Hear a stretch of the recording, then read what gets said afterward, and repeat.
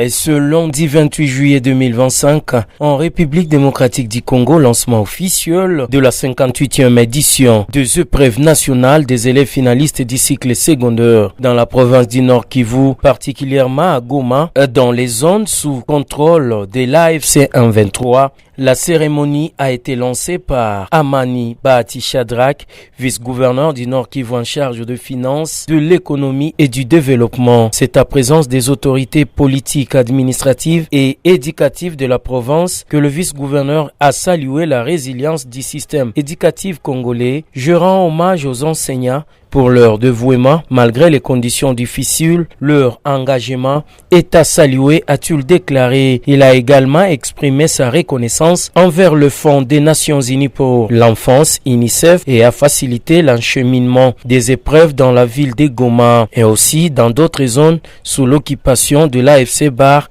en 23. Compte au total, ça est 4 centres d'examen dans la province du Nord Kivu, y compris un centre spécial à Kigali. Au total, 31 381 élèves participent aux examens d'État cette année dans la province du Nord Kivu.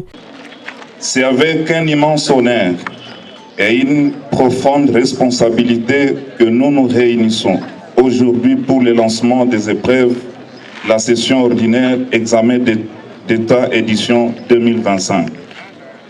Cet événement marque une étape cruciale dans le parcours scolaire de 31 381 élèves finalistes, dont 14 363 jeunes filles, soit 45,7%, répartis sur l'ensemble de la province du Nord Kivu sous l'administration actuelle de l'AFC M23.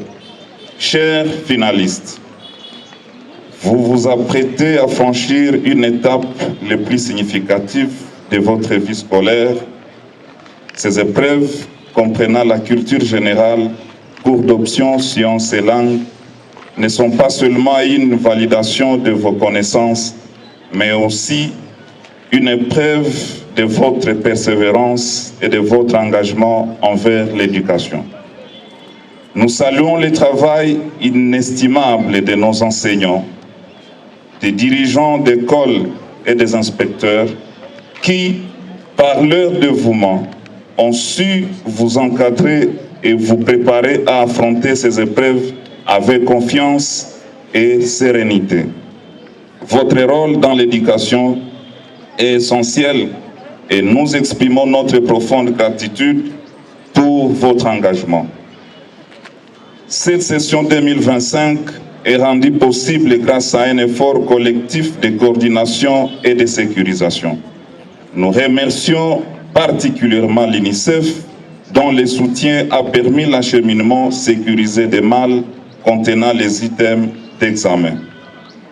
Grâce à cet appui, les 102 centres de passation peuvent accueillir les candidats dans des conditions optimales.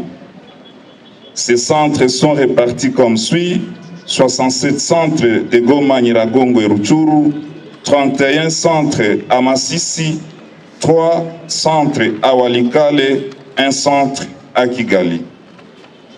De son côté, Baala Chamavu, syndicaliste des enseignants en province du Nord Kivu, a salué la prise en charge de frais de participation par le gouvernement congolais, ce qui, selon lui, témoigne d'une volonté d'équité et de soutien au secteur éducatif. Oui, en tant que syndicaliste, nous disons d'abord, nous sommes très contents de voir cette journée arriver et que tout se passe correctement parce que vous savez, nous avons encadré les enfants depuis le début de l'année. Aujourd'hui, pour nous, c'est une joie et pour tous les enfants.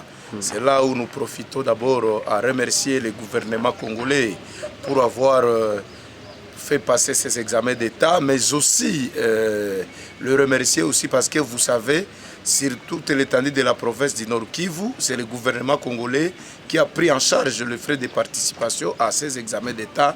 Je peux vous rassurer que ce n'est pas une promesse, l'argent est déjà en province, donc tous les intervenants, une fois terminé, chacun aura ses indemnités.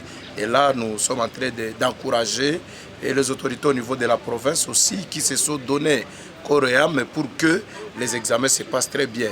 Le lancement a été fait aujourd'hui à Goma et nous sommes très contents. Nous allons nous mettre au travail pour les 4 jours afin que les enfants trouvent gain de cause. Les épreuves se dérouleront pendant 4 jours, du 28 au 31 juillet 2025, sur toute l'étendue du territoire national.